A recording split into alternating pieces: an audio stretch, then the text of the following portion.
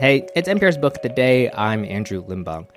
Thrity Umrigar's novel, The Museum of Failures, takes place mostly in India. It's about an ad exec named Remy who heads back home to India to adopt a child. There, of course, he has to confront the family he left behind, including his mother, Shireen. And it's this character that I find interesting. The book is out now in paperback, and when it first came out, Umrigar spoke to Here Now's Deepa Fernandes about how she was thinking about developing Shireen as a mother figure character. And I couldn't help but think about how similar she sounds to the prototypical American housewife characters, someone like a Betty Draper from Mad Men. It's just one of those reminders that people are people all across the world. That interview's up ahead. This message is brought to you by Warby Parker. Their glasses start at $95, including anti-reflective, scratch-resistant prescription lenses that block 100% of UV rays. Try 5 pairs of frames at home for free. Go to warbyparker.com/covered. This message comes from Noom, using psychology and biology to build personal meal plans to fit your lifestyle, taking into account dietary restrictions, medical issues, and other personal needs. Sign up for your trial today at Noom.com. Out in paperback next week is the beautiful novel The Museum of Failures. The book introduces us to Remy Wadia, a successful Indian-American ad executive who's returning to India in order to adopt a child. Remy left decades earlier to attend college in the United States. His beloved father has died. He and his mother have always had a difficult relationship, and he built a life in Ohio with his wife, Kathy. But his return will force him to uncover truths about his family that his parents have kept from him for decades. Thrity Umrigar is the author of The Museum of Failures, and she joined me last September to talk about it. What a novel this was. It's enthralling from the first page to the end. I want you, Thrity, to introduce us to Remy. He's someone who seems to have left India without regrets. He's eager to become American and he's built a life in Ohio. Tell us more about him. Remy, in some ways, has been groomed to be an American rather than a citizen of India.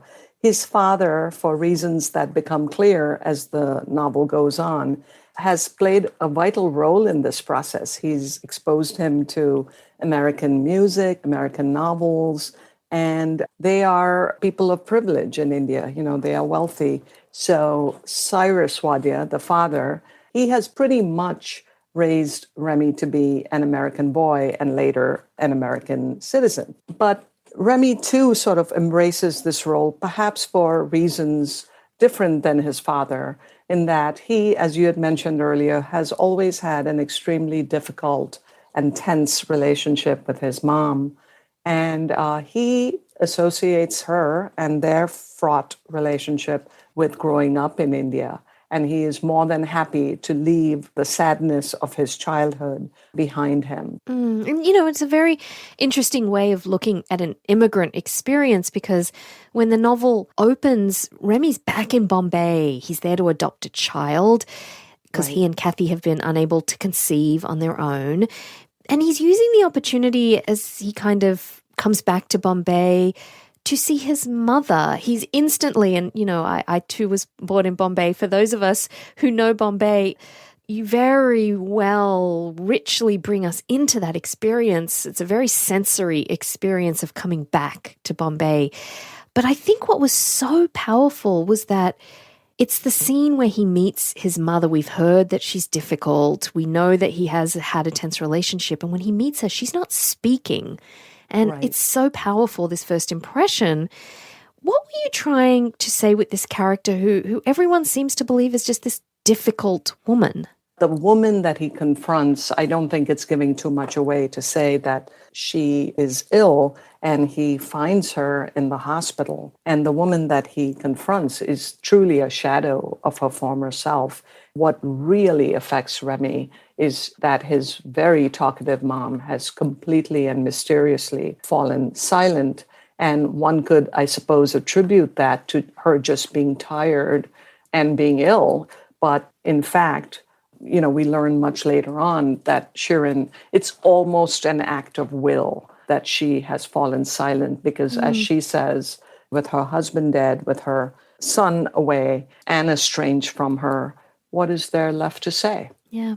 You know, you write her character so vividly, and it made me really think about women in India. You know, I have relatives, aunts, my own grandmother, who everybody described as difficult, and in some ways they were. And the men who are also very difficult come off much like Cyrus, Remy's father, as being much more congenial, much more friendly and lovable. I wonder if you were trying to say something about gender roles.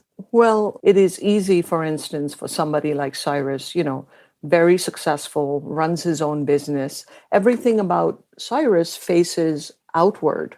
I mean, he leaves the house every day and basically goes to work. And he has a thriving business practice and he gets accolades. He has colleagues. There is a large world awaiting him every morning. For Shirin, not so much. She's pretty much at home tending to Remy, and she's basically a housewife, and her world is much more constricted and narrow. And I dare say that this has been true for literally millions of women in India, and not just in India, pretty much in many, many parts of the world, right? And they end up sort of turning inward, because their world is so small. There are no opportunities. So the people they lash out at are the people who are closest to them, like their children. What I also thought a lot about was our relationship to our parents and how maybe they keep things from us in order to protect us. Yes. And I would say if there is a central theme to the book, it is just this notion of family secrets.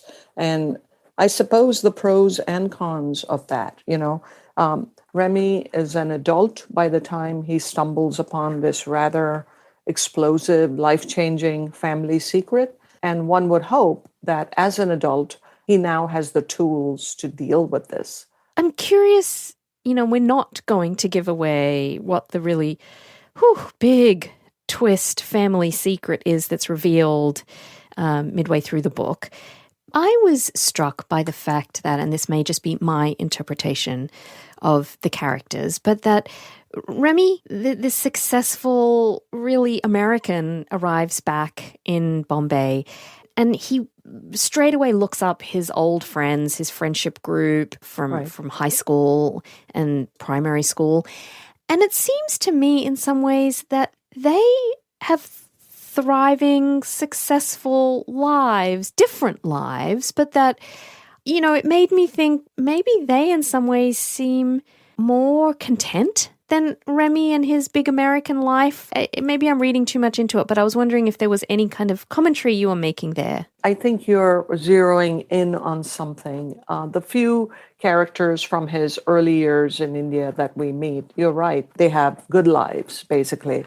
So I can't help but think that some of this kind of negative view that Remy seems to harbor about Bombay in particular is a kind of projection. His personal experience in India, because of the dynamics between his parents, was so bad that it has clouded his judgment and consequently clouded his attitude towards not just his mom and his immediate family life, but, it casts a long shadow, his childhood. And it also left me feeling like not everyone's trying to get out of India and come to America. There is a really good life that you can have that even Remy was a bit envious of. That's very true these days. I mean, isn't it? I mean, in my generation, there was a lot of desire to get out of India. But, India is now an economic powerhouse and people are, having good jobs and realizing the value of having family around them. And not everybody is looking to leave for sure.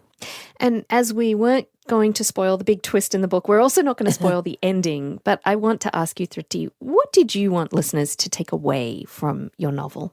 What I want readers to get out of it, more than anything else, is to understand this notion of the divide itself, which no matter how successful you are, I think at some point, all immigrants feel that. I wrote this novel during the Trump years when there was a lot of rhetoric, much of it very, very harsh, about immigration. And granted, a lot of the conversation revolved around people crossing the borders illegally. But I really wanted to write a novel that showed that pull and push of immigration, that tug, that almost counterintuitive thing of leaving behind a country, a world that's familiar to you, people that you love, and the kind of psychic toll that that takes on a person. And if I can take a character like Remy, who comes to this country with every possible privilege and advantage, if somebody like that can still struggle, what would it be like for the person carrying nothing but the clothes on their back and crossing the border?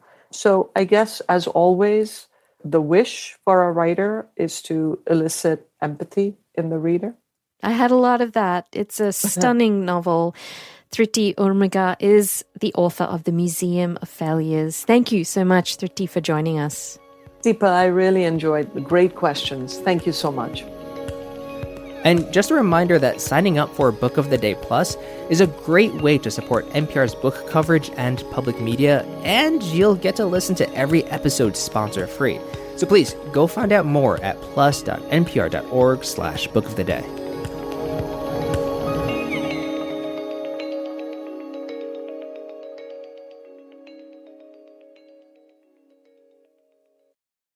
This message comes from NPR sponsor Mint Mobile. From the gas pump to the grocery store, inflation is everywhere. So Mint Mobile is offering premium wireless starting at just $15 a month. To get your new phone plan for just $15, go to mintmobile.com/switch. This message comes from NPR sponsor Merrill. Whatever your financial goals are, you want a straightforward path there. But the real world doesn't usually work that way. Merrill understands that. That's why, with a dedicated Merrill advisor, you get a personalized plan and a clear path forward. Go to ml.com/bullish to learn more. Merrill, a Bank of America company. What would you like the power to do? Investing involves risk. Merrill Lynch, Pierce, Fenner & Smith Incorporated, registered broker-dealer, registered investment advisor, member SIPC.